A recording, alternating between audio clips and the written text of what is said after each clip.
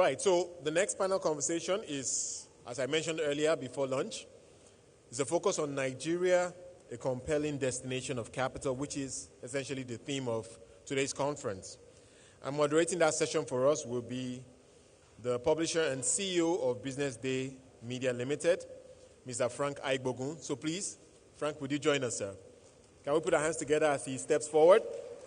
And as I continue to call on the other panelists, we also have Dr. Afolabi Olowokere, Head Economic Research and Policy Management at the Securities and Exchange Commission. Do we have him here? Dr. Afolabi? Okay, hopefully he will join us shortly. Also joining us is the Special Advisor to the Governor on Financial Markets at the Central Bank of Nigeria, Mr. Emmanuel Ukeje. Mr. Ukeje, please join us. We also have the Head Market Analysis and Policy Unit at the National Pensions Commission, Mr. Ibrahim Kangiwa. Ibrahim, good to have you. Thank you.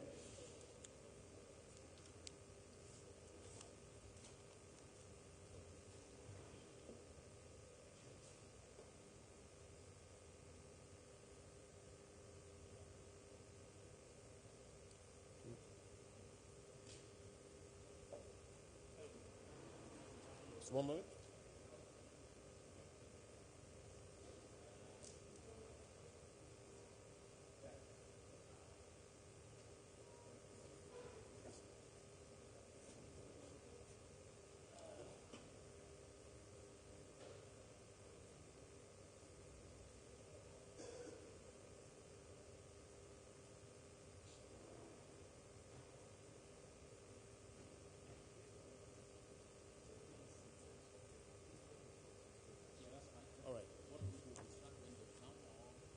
We'll start now, but there's one more person I have to call up. All right, so also joining this panel is Mr. Oladele Afolabi, Director, Portfolio Management Department at the Debt Management Office. Mr. Afolabi, please, if you can join us. Please put your hands together for him. Thank you very much. The Head Economic Research and Policy Management at the SEC is not in the room at the moment. Hopefully he will join us shortly, but in the interest of saving time, I would appeal that we begin the panel conversation, and when he walks into the room, he will simply join the session. So on that note, I'd like to hand over to Frank to moderate the session.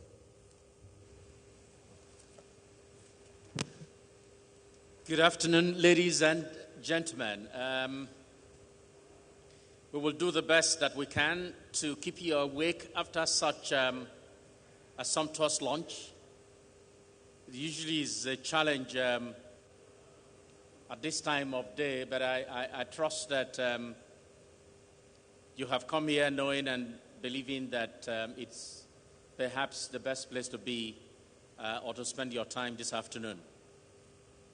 The topic of our discussion is Nigeria, a compelling destination for capital. Time it was not too long ago when the health and well-being of nations was measured by their military strength, the size of their armed forces, and the reach of such armed forces. Whereas that is still important today, I think the conversation is changing.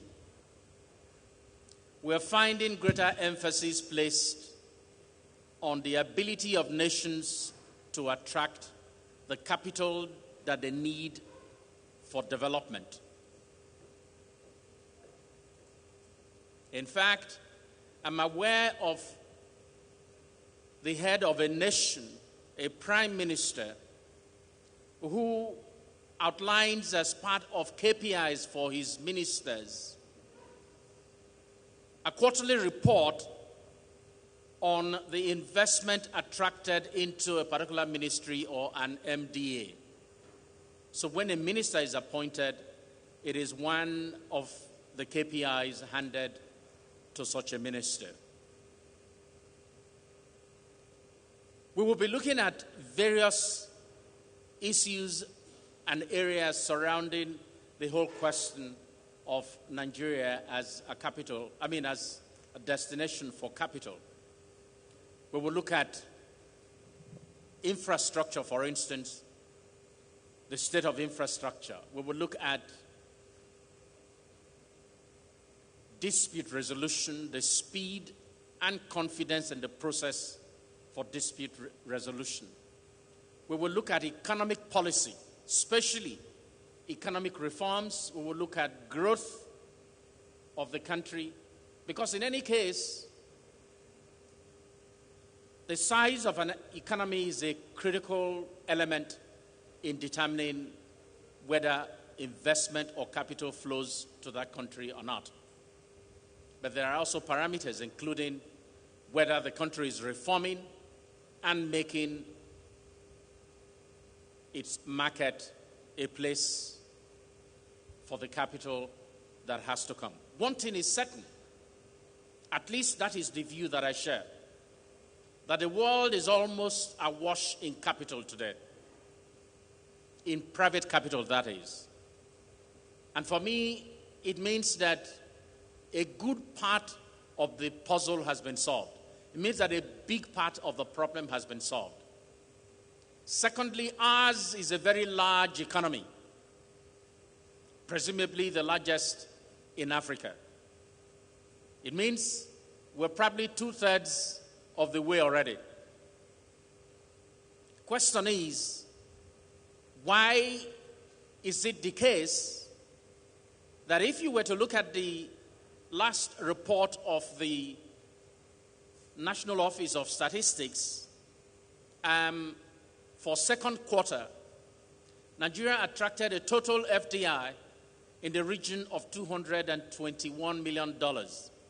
About, if you were doing a per capita calculation, about $1 per a citizen.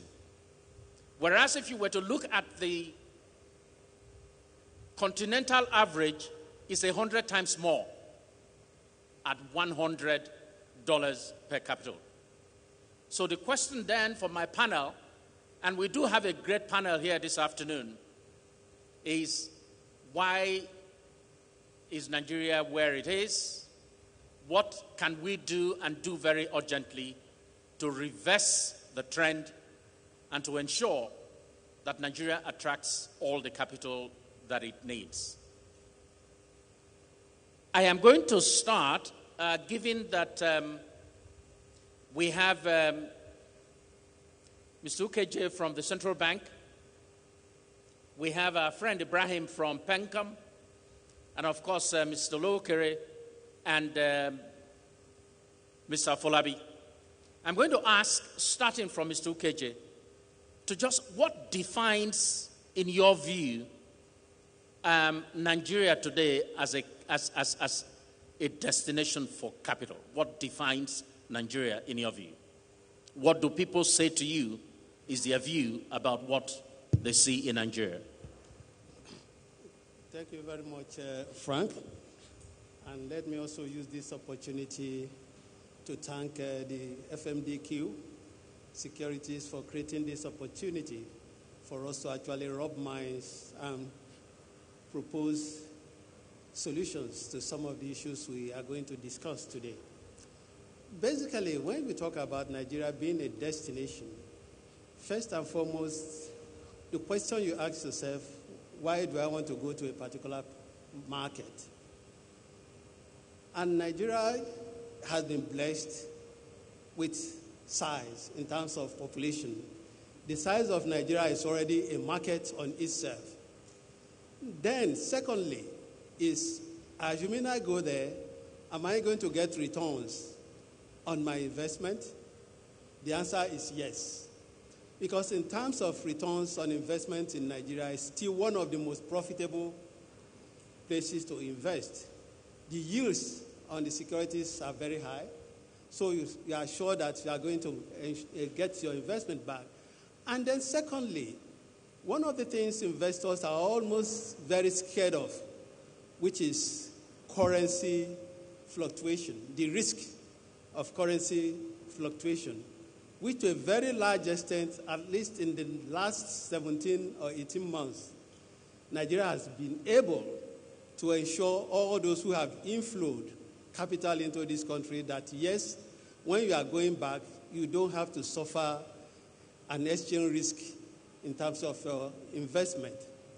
And also, looking at the infrastructural deficiency in this country, which goes to indicate that we still have a lot of sectors still in need of investment.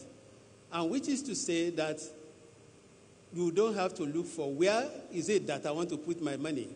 There are various areas you need to go into.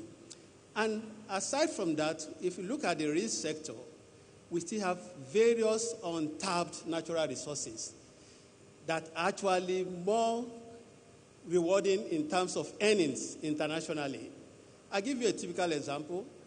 When people talk about crude oil and everybody is scared, if you go to the commodity market and look at what palm oil is trading in the international commodity market, where it is about $2,000 plus per ton, compared to the $65 or $60 per barrel of crude oil, which we are all worried when anything happens to it, you begin to see that there are sectors where investment could come in. And then also, Nigeria has also the potential for growth, which is very, very critical. We are not currently at our normal, and what I call normal growth rate, and which is where we need that. And for you as an investor, two things you look at. The country I'm going to invest in, is it going to grow? Will it be able to grow to repay my money? And at the end of the day, if it's going to grow, what are the earnings? What are the potential earnings to be able to repay what I'm putting in? And that is one area you begin to see where people ask, why do you place emphasis on your reserve? Naturally, one wouldn't have bothered, even if your reserve, the minimum requirement is 3 months of import for your reserve.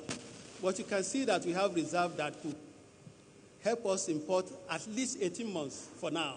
Okay, let's leave it there. I'm going to give you more opportunity so we can outline some of the great things about the market. Ibrahim, in your view, what defines the market today? I mean Nigeria.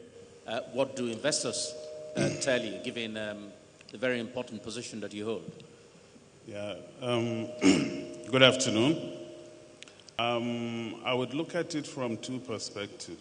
I think what defines or what are the requirements would depend on whether you're coming in as foreign direct investor or a foreign portfolio investor. For the FDI, you have a myriad of reasons and requirements regarding doing business. But I would like to look at the foreign portfolio perspective, and I think there are basically two or three key things I see. One is the attractiveness in terms of return. So for fixed income securities, you have the issue of yields. Do the yields, is it economical for given the risks in that environment? For example, in Nigeria, is it possible to make returns above and beyond that are so attractive that it's worth taking the risk? Two, which I feel is also critical, is the domestic market. How vibrant it is? Who are the players? Do you have institutional investors to participate in that market? And for this, that is where I feel pension funds play that role. So it is something they look at in terms of being able to go in and exit with ease in the market. And the size, of course, the size of the economy also matters. Thank you very much. What's the DMO's perspective on this? I mean, you do a lot of engagement with foreign investors, what do they say they see in Nigeria? The good and the bad, and whatever it is that they say about the market in Nigeria. Thank you. Nigeria, looking at Nigeria from the outside, you can choose to see that Nigeria in different ways. Yes, Nigeria is Africa's largest economy, but how large could it be? Is that the largest it could be, or could it be much more in terms of size? And what are things holding Nigeria down? We know that we have issues with infrastructure. Now, if you look at the infrastructure, what do you see in Nigeria? That, I want to invest in this country, but it has challenges in infrastructure, so I'm unsure of how the investment is all out. Or I say, this infrastructure deficit is an opportunity. If we can develop the right kind of infrastructure for this country, then we can unleash the potential. Population of about 200, a land that grows almost any kind of crop, solid minerals, all sorts of things. So opportunities can be seen by foreign investors that look at the right things. And it's now for the right structures to be put in place to attract investment. What we've seen as DMO is that foreign investors are interested in Nigeria. Every time we go for a road show, there's a lot of interest. They want to know what's happening in Nigeria, but they want to be sure that the risks attached to the investments are all those that they can mitigate. So it's easy for Nigeria to issue euro bonds and raise money. Like you mentioned, 221 million as what we got over the time as FDI. Because FDI has a different kind of risk attached to it. But if you issue a euro bond, there are structures. One, they are sure that it's being issued in foreign currency, so the currency risk is eliminated. It's being issued in the international market that the consequences of default are dire. So they know that Nigeria will not default because it can't afford to, it has resources not to. And the currency risk is eliminated, which Mr. Okeji alluded to earlier. So they are sure of that. So how can we make them sure of FDI the same way that they want to bring their money and reap the opportunities that can come from this huge market? Because if all the things that these 200 million people need in terms of food, clothes, are manufactured here, then we'll have an economy that's much bigger in size. And what's holding that down? Infrastructure, not enough roads. Well, the Minister of Work said that the road problem is not as bad as we say it is. That's open to debate. But you also heard what others said about that, yeah? The story that you are referring to where the minister spoke. Yeah, yesterday he said that the road problem is not that bad. And then NECA said the minister doesn't seem to be in touch with reality. Which roads exactly? So if the roads are there, the crops that rot before they get to the market, manufacturing, power is holding down manufacturing. So there's a lot that can be done to take the economy to a very higher level, much higher than it is right now. So what can a foreign investor do? For a foreign investor to come and invest in infrastructure like that, they need an enabling structure to show that their investments are safe. From Eurobonds, they are willing to invest in Nigeria, but they need to be as sure of their FDI investments as will be sure of a Eurobond investment. So they need things in the environment like rule of law, that there's redress for defaults, that if you are wronged, you can get justice within a short time.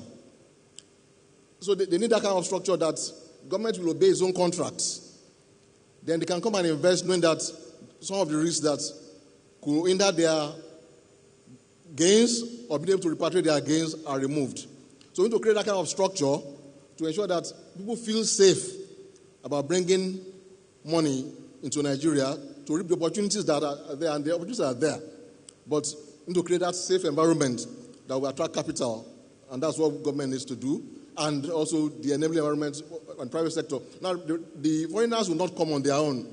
We need local partners that will create the vehicles that they will support. But nobody loves your country that they'll come and do everything for you. So we need that partnership. And government understands that, like in the Economic Recovery and Growth Plan, recognize that there's a huge infrastructure deficit. Like infrastructure as a percentage of GDP was put at 35%, when the average globally is 70%. So we are like halfway in infrastructure. So there are things we need to do. And government believes that private sector should be leading that charge. So what needs to be done is to create that environment of private sector, both locally and internationally, to come and support, and then we can help get to that, achieve our full potential as a country. Thank you, sir. Thank you very much. Ukeje, you spoke about the size of the market, that is a large market, and one must accept that 200 million people. You talked about sectors that are still not developed, which means that we indeed have capacity to absorb capital if it were to come in. What I am hoping we can do at this initial period is to do a diagnosis. As a doctor will say to you, do you have headache? Do you sleep well? What are you complaining about now? So, because you need to do that if you are going to begin to find a solution to the issues. We've talked about concepts. No one is offering marks as to whether we're a country where rule and law is respected.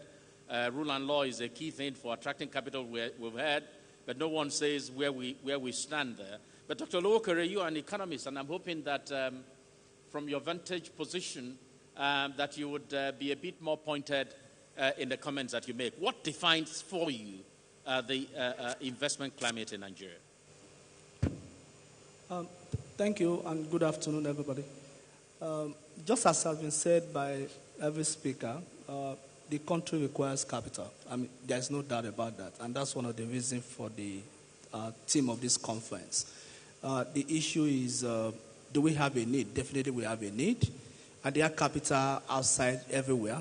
I mean, we learned today that there is about $13 trillion somewhere, any little zero or negative return. So there is capital. There is a need. So the next thing is, how compelling are we to attract the capital? So we need to make ourselves compelling. And one important issue is, if we also understand that we are competing with others in the attraction of such capital, not only in attracting the capital, but also even retaining the domestic capital, mobilizing it, retaining it, and effectively deploying such capital. So for us, I will speak from the regulatory perspective of SEC, which is, what do we see and how do we want to see this to evolve over time? We recognize that the capital market is very central in attraction of such capital, in pricing of such capital, and in effective deployment of such capital. For many reasons, whether we speak about FDI or API, in the DG speech for the Vice President, she tried to let us understand that we need direct investments because they directly go into our production activity. We have a lot of people that are unemployed. We need to get them employed. We also need foreign portfolio investments because it allows investors to come in and go out. And even in the long run, sometimes portfolio investments also convert to direct investment and vice versa during merger and acquisition. So we need to, as much as possible, set out a regulatory environment that investors, and when I say investors, not only foreign investors, I'm also interested in domestic investors, whether they're institutional or they are retail, such that they can have confidence in our system. For instance, some of our rules allow cross-listing. You can issue securities from outside the countries and still get them listed on our platforms. And I'm very sure FMDQ has some Euro bonds that are listed on their platform, even though they were issued in some other countries. So that allows depth of our markets. Today we've spoken a lot about derivative, about central counterparty. Are we doing anything about it? As much as we can, we also try to understand the rules around counterparty, derivatives, what are the risks involved, how do we set up a counterparty, central counterparty that adhere to international standards so that foreign investors can also have confidence in playing in our markets. There are other many ways we are looking at that. We are also looking at how do you ensure that companies are properly governed? Because as an investor, you put your money, it's principal agency issue. You've put your money in a company, you also want to know whether they are properly governed, whether they are not going to misappropriate your money, whether the capital market operator themselves are fit and proper person. So those are the issues that Securities and Exchange Commission will definitely be interested in, because we don't just play in that capital market, we must also ensure that it fits into the general economic environment. We also have issues around, if we notice anything in the market around whistleblower issues, we can easily talk to Securities and Exchange Commission to complain about those things in the market. So we are looking at a situation whereby investors will have confidence in the markets. Some lost their money in the last financial crisis. Many are not back.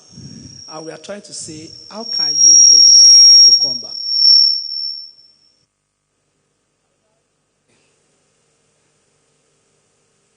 Hello? Okay, another issue that I will speak about is we are also looking at, if you want to have confidence in the market, there is something we call complaint management framework. And SROs like FMDQ understand this, as well as trade groups in the country. How do you discipline capital market operators who are not doing what they are supposed to do in the market? They can be disciplined at the level of their trade associations. They can also be disciplined at the level of the SROs, and they can be disciplined at the level of the Securities and Exchange Commission. Why are we interested in all this? Investors must have confidence in the market, whether they are foreign or domestic, so that they can invest in an economy. We also understand that we are competing, as I said, with other countries. So it's not enough for us to say we are big markets. What is important is by the time you divide our 145 trillion GDP projected for this year by over 200 million people, it's a very small per capita income. It translates to purchasing power of our people. Therefore, we must attract investments and deploy them effectively. Thank you very much. Thank you.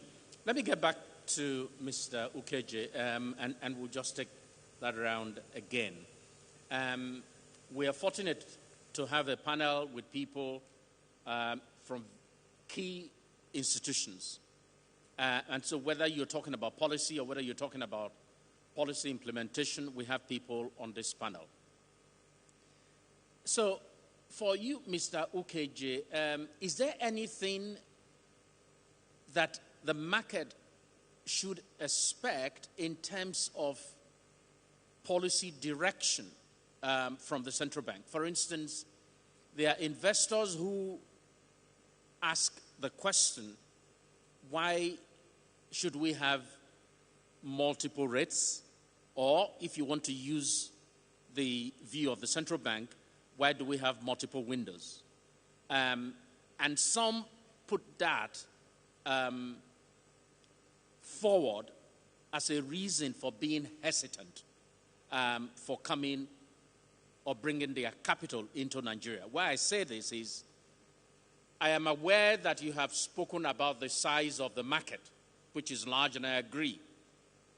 The fact that Ghana and Rwanda now rank very high in terms of capital, attracting capital, means to me simply that size is important, but there are indeed many other important elements.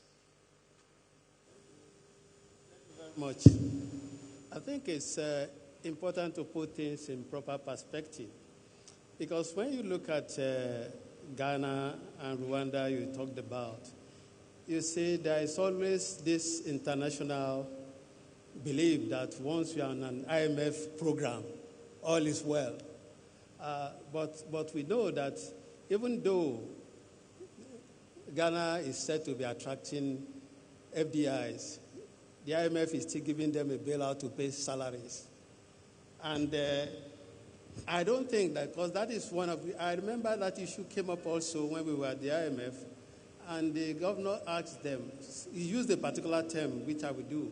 He said, look, you guys keep praising somebody you are breastfeeding, but somebody who is doing well without your milk, why don't you acknowledge that he's doing fine? Why do you want everybody to come under your program before you think you can project them to the international community? Be that as it may, you spoke about multiple windows or multiple exchange rates. Yes, we've met with investors severally, both locally and internationally. Those issues have come up. And mind you, for you as an investor, when you are coming in, that is not really your issue, because you are coming into the window, which is investment, import and export, importers and exporters window, the I and in window. And that market is driven completely by market forces.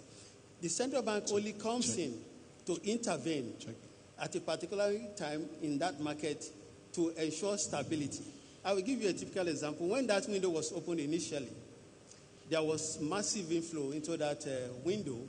And based on the study we have, within the bank, we know that the purchasing parity rate for the exchange rate was at a particular point in time, at a particular rate.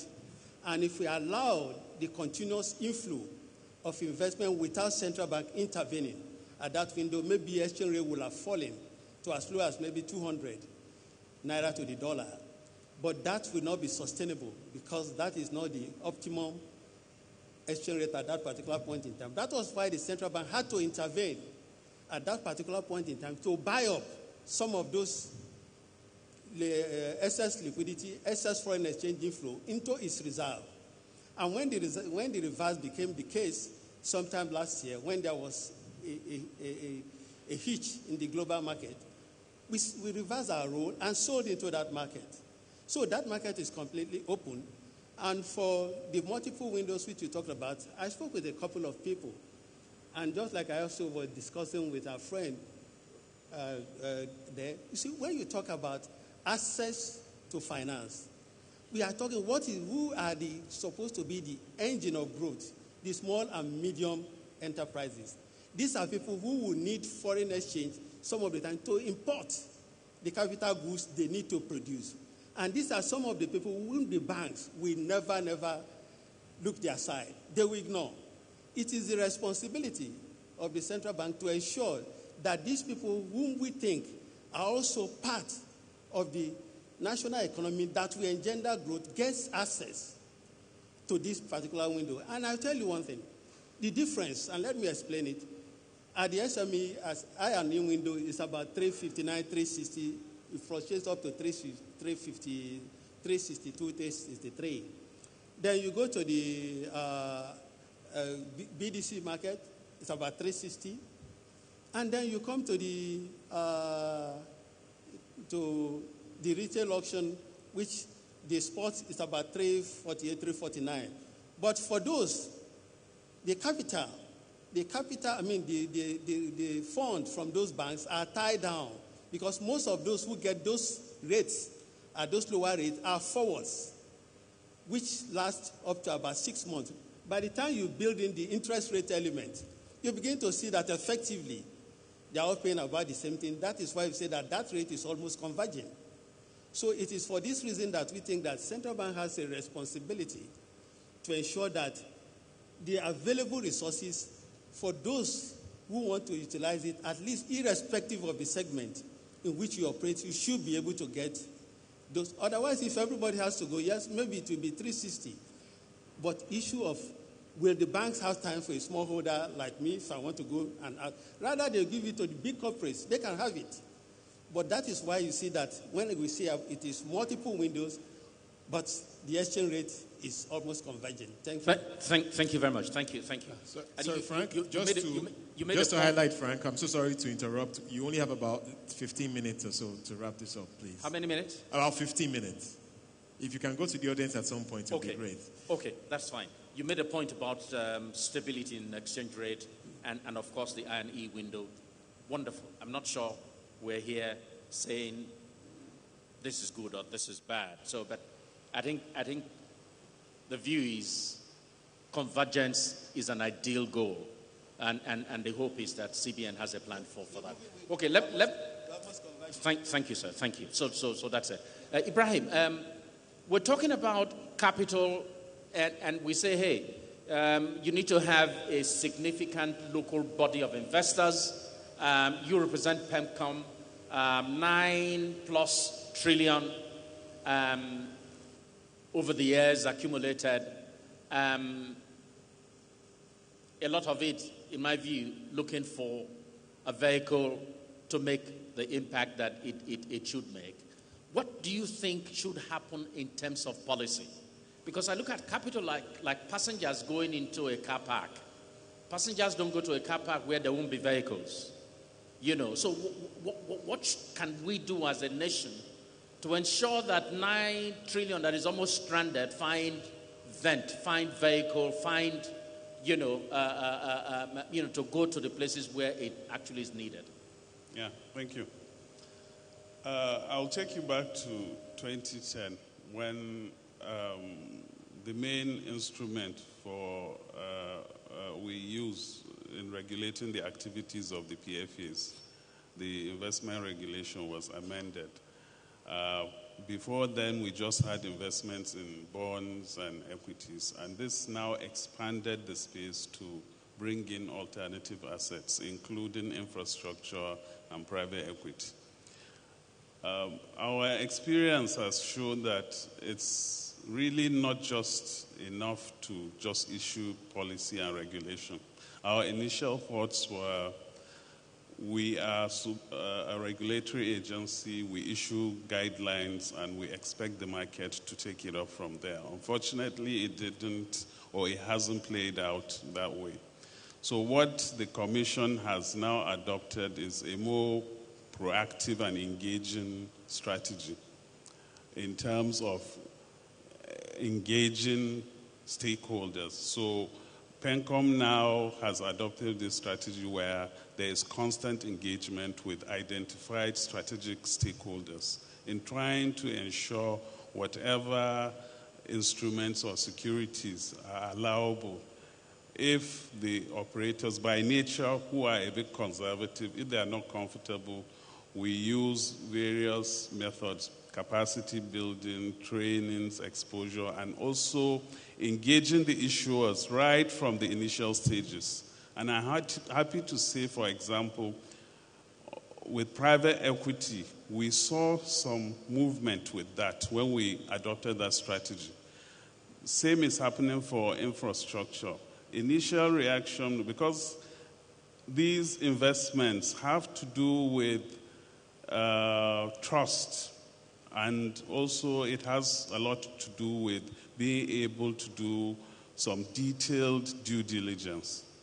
So there are myriad of factors required to ensure the required scale in terms of investment.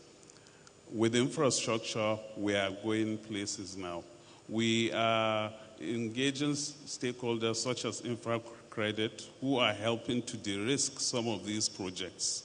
And now pension funds are more comfortable going into infrastructure via debt, infrastructure debt. The second stage, which we are now moving towards, is effectively not just PENCOM, but all stakeholders engaging government, because government is the sole custodian of the bulk of the assets. And I have personally attended a number of meetings, and I'm quite enthusiastic that there is traction, because you have all the required agencies, ICRC, you have the federal government, you have the World Bank, IMF, IFC, all these international agencies also chipping in. One of the major issues that has been identified has to do with, in terms of packaging, getting the feasibility, packaging the product, and attracting the required interest from international. So those are some of the initiatives currently taking place, and I'm quite optimistic we will see some traction in the coming months and years. Thank you very much, because I think there is a lot that can be done by government, because you yourself acknowledge that government is the custodian of the bulk of the assets. If you don't release those assets, then there will be no vehicle for the capital that we badly need. So I think that's quite critical. Let me come to you, Mr. Folabi. It looks like we're beginning to,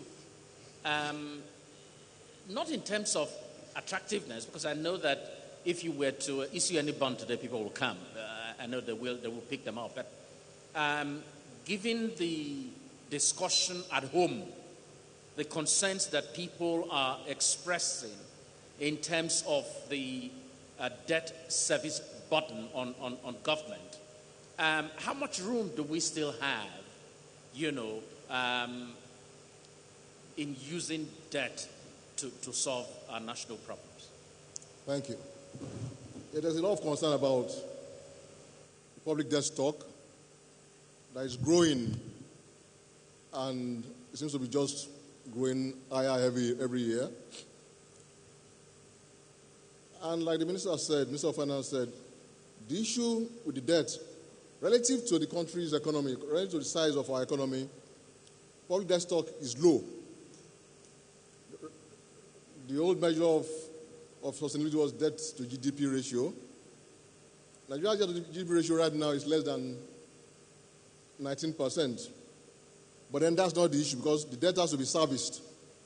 And you have to pay interest, you have to repay capital at some point. But revenue is low. Now, revenue being low causes two problems. When revenue is low, government borrows more, because government has a minimum level of spending it has to do in terms of recurrent and capital. And borrowing comes in when the gap between revenue and expenditure is wide. So government has been borrowing to fill that gap. The question is then for how long? So the challenge is to grow revenue. And the obvious area is taxation. Our tax to GDP ratio is very low, one of the lowest in the world. It was put up between 6 to 7%. There's money that should be coming to government, but that money is not coming because people are not paying taxes or government is not enforcing. But revenue of government is very low relative to the economy. In other countries, when you hear that GDP has grown, automatically government revenue grows because there is a positive correlation between GDP and government revenue through taxes. But our systems are not providing that kind of revenue for government. So the problem on this one is not the debt, but we must have revenue that matches that debt profile. Like, I could have debts now as a person, which will be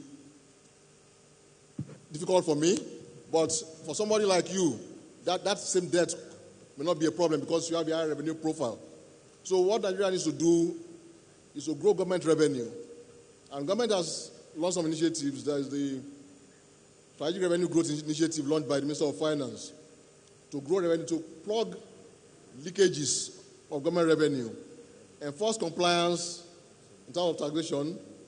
There was the VADES recently, the Voluntary Asset and Income Declaration Scheme, giving an amnesty to tax defaulters to widen the tax net and bring people in. But success has been limited, and there's much more that's been done. And we hope that initiative towards growing revenue will improve. Thank you. So it's about revenue growing, and that's what government is focusing on right now. Thank you. I wanted to just take this, perhaps the last opportunity, to ask my panel a question of Dr. Lokere. What role there is for stakeholder engagement to ensure that we all come together to improve market attractiveness, to create policy that engenders investment or capital into the market. How do you ensure that the shortage of good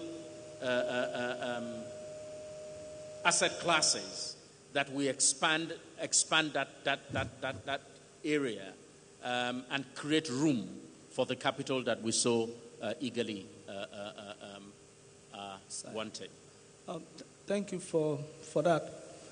If I start from the last speaker, which has to do with if the revenue profile of government improves, that would be a very good thing.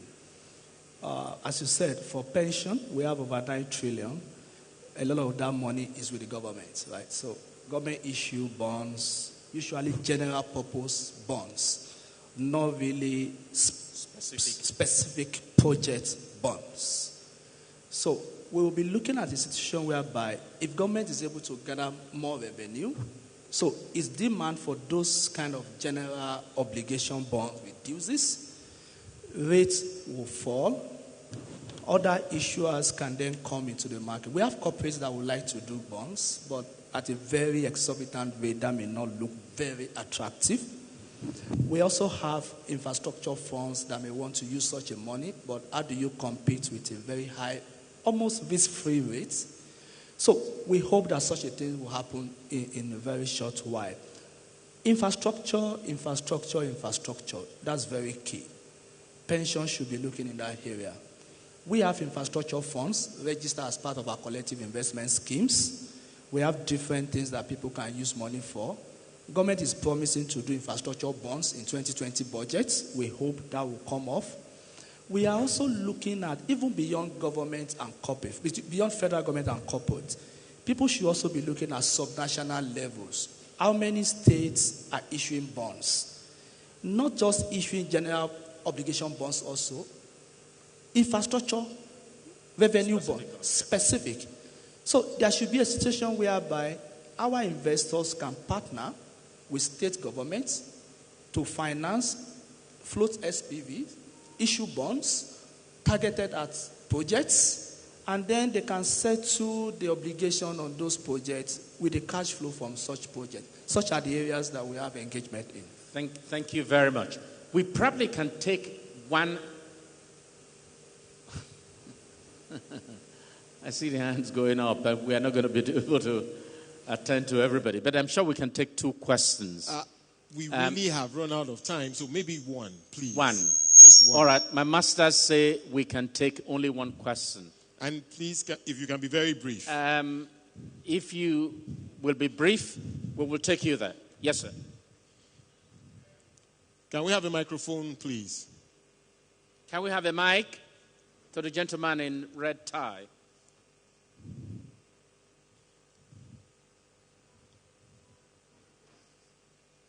Our time is going. Maybe we would have been able to take two questions.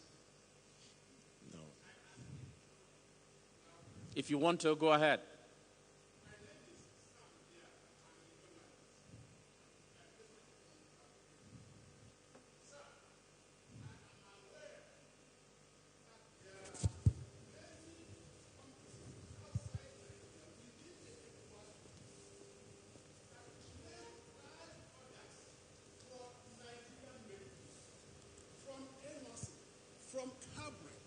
From Guinness, Nigerian breweries, they have placed orders. We are talking about compelling destination for capital.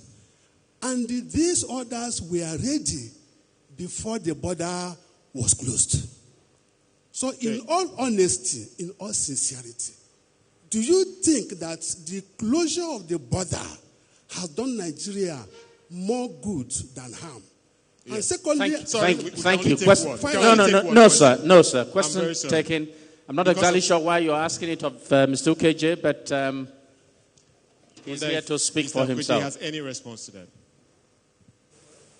Sincerely speaking, on that question of border closure, because it's you can speak into the mic, sir. Yes, it's just not. Sorry? Yeah, please just speak into the microphone so they can hear you. Because basically it's a decision that was taken by the government, and I don't think this is a place for us to be analyzing that policy. I will tell you one thing that has been clear. Forget about innocent or no innocent. If you listen to the Minister of Foreign Affairs, he said something, that the border was closed not just because people were just exporting goods to Nigeria, but one thing which has been a major issue has been this problem of origin. If you are going to export anything which is not always re-export, because you imported that and you are re-exporting it, you must have to add value to that particular commodity.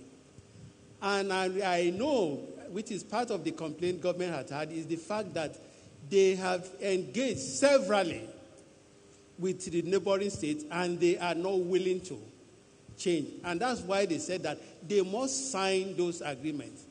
Because basically, even the NAFTA or everything, after the African free trade zone we have, there are conditions.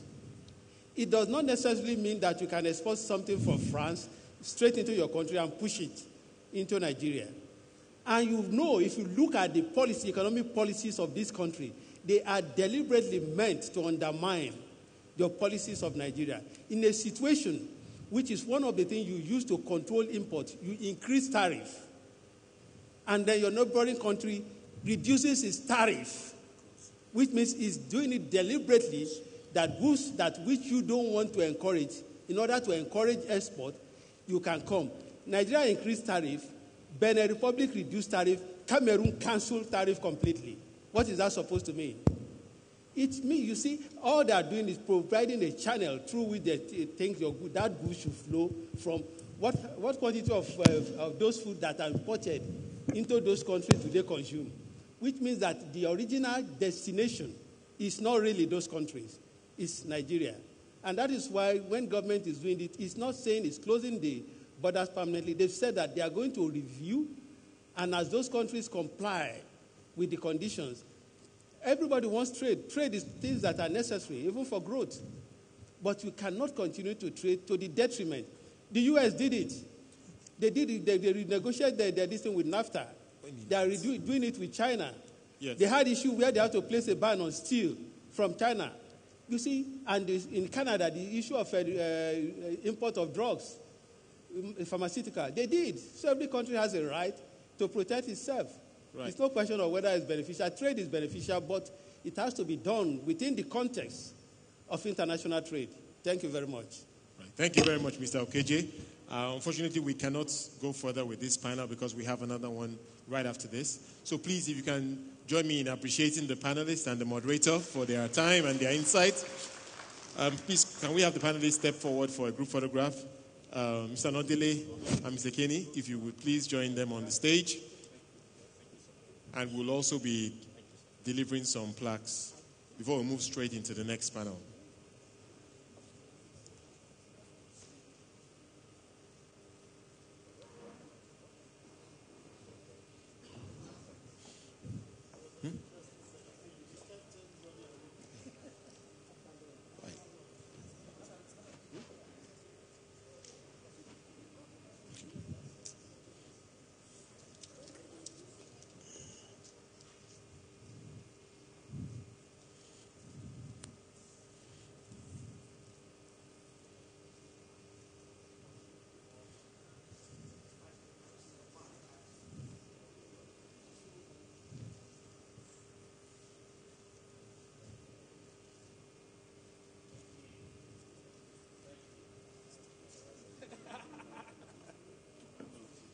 Thank you, Dave.